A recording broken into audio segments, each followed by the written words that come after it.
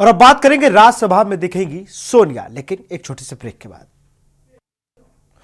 आपका स्वागत है। राज्यसभा में दिखेंगी सोनिया। सोनिया गांधी अब राज्यसभा में दिखेंगी। सोनिया ने राजस्थान से नामांकन दाखिल किया है। वैसे तो सोनिया ने बेतकल्लुफ राज्यसभा का रुख किया है, लेकिन इसके सियासी मायने क्या निकाले जा रहे हैं, जिसकी एक वजह 10 जनपद से सोनिया का जुड़ाव बताया जा रहा है। दरअसल बढ़ती उम्र के चलते वो लोकसभा चुनाव नहीं लड़ना चाहती हैं, लिहाजा 10 जनपद निवास बने रहने के इसके लिए सोनिया का संसद सदस्य रहना बहुत जरूरी है। बता दें कि इंदिरा गांधी के बाद राज्यसभा जाने वाली सोनिया गांधी गांधी परिवार की दूसरी महिला है। देखिए इस रिपोर्ट में। राज्यसभा में दिखेंगी सोनिया। राजस्थान से राज्यसभा के लिए दाखिल किया नामांकन। इंदिरा के बाद राज्यसभा जाने वाली गांधी परिवार की दूसरी महिला। राज्यसभा जाने की एक वजह 10 जनपद से जुड़ा। कांग्रेस की वरिष्ठ नेता सोनिया गांधी अब संसद के उच्च सदन राज्यसभा में दिखेंगी।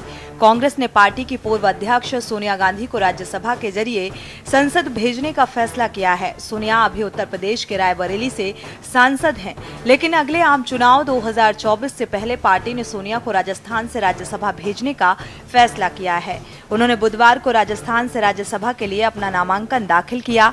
उनके साथ पूर्व मुख्यमंत्री अशोक गहलोत, राहुल गांधी और प्रियंका गांधी मौजूद थे। बता दें कि गांधी परिवार में इंदिरा के बाद सोनिया गांधी राज्यसभा जाने वाली दूसरी सदस्य होंगी। माना जा रहा है कि सोनिया गांधी ने सेहत से जुड़े कारणों की वजह से लोकसभा की बजाय राज्यसभा से संसद जाने का फैसला किया है। दरअसल सोनिया राज्यसभा से सांसद रहते ही अपने निवास के रूप में 10 जनपद को कायम रख पाएंगे।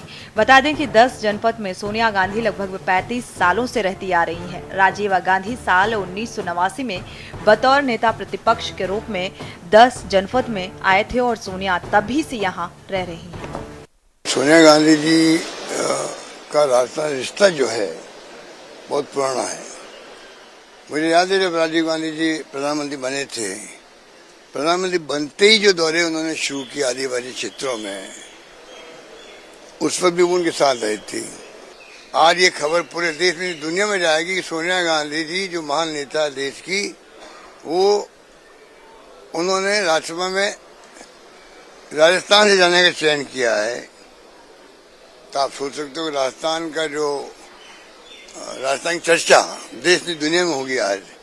वहीं BJP IT cell chief Amit Malviya ने कहा है कि कांग्रेस जिस सीट को अपना गढ़ बताती थी, उस सीट से सांसद सोनिया गांधी संसद के ऊपरी सदन में शिफ्ट हो रही हैं, जो बताता है कि कांग्रेस ने अमेठी के बाद रायबरेली में अपनी हार स्वीकार कर ली है। रायबरेली सीट कांग्रेस का गढ़ रही है और सबसे सुरक्षित सीट मानी जाती है।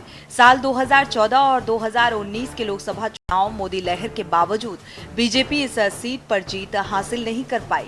इंदिरा गांधी और फिरोज गांधी भी इस सीट से सांसद रह चुके हैं। खुद सोनिया गांधी इस सीट से लगातार 5 बार सांसद रह चुकी हैं। बता दें कि हाल ही के दिनों में राहुल और प्रियंका दोनों को ही लुटियंस दिल्ली से अपना आधिकारिक आवास खाली करना पड़ा था। पिछले साल अप्रैल में राहुल गांधी की संसद सदस्यता जाने के बाद उन्हें अपना 12 तुगलक रोड वाला आवास खाली करना पड़ा था। बाद में सदस्यता बहाल होने के बाद राहुल को ये बंगला वापस कर दिया गया था, लेकिन राहुल यहाँ नहीं आए और इसी तरह प्रियंका गांधी वाड्रा को भी सुरक्षा कारणों से आवंटित अपना बंगला 34 लोधी स्टेट खाली करना पड़ा था। ये बंगला 1997 में प्रियंका को सुरक्षा कारणों की वजह से दिया गया था। वहीं ये भी कहा जा रहा है कि प्रियंका गांधी के रायबरेली से चुनाव लड़ने की संभावना और वहां से जीतने के चांसेस के बावजूद 10 जनपद पर बने रहने से जुड़ी हुई चुनौतियां समाप्त नहीं हो जाती हैं, क्योंकि अगर प्रियंका जीत भी जाती हैं तो पहली मर्तबा सांसद बनने की वजह से वो 10 जनपद जैसे वीवीआईपी लोकेशन पर आवास पाने की हकदार नहीं होंगी और इसीलिए माना जाता है कि कांग्रेस ने सुरक्षित रास्ता अपनाते हुए सोनिया को राज्यसभा भेजने का फैसला किया है। राज सोनिया जी ने अपना नामांकन भरा है। कांग्रेसजनों के लिए एक बड़ा खुशी का मौका है कि उन्होंने राजस्थान राज्य को चुना है सांसद बनने के लिए।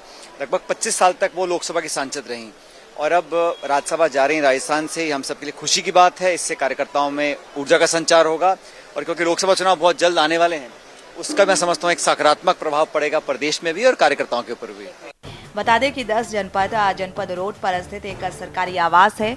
नई दिल्ली में स्थित ये घर 15,181 वर्ग मीटर में फैला हुआ है। इसके ठीक पीछे 24 अकबर रोड पर कांग्रेस पार्टी का मुख्यालय भी है, इसलिए भी 10 जनपद कांग्रेस के लिए अहम है और इस आवास से सोनिया के लिए राजीव से जुड़ी यादें भी हैं।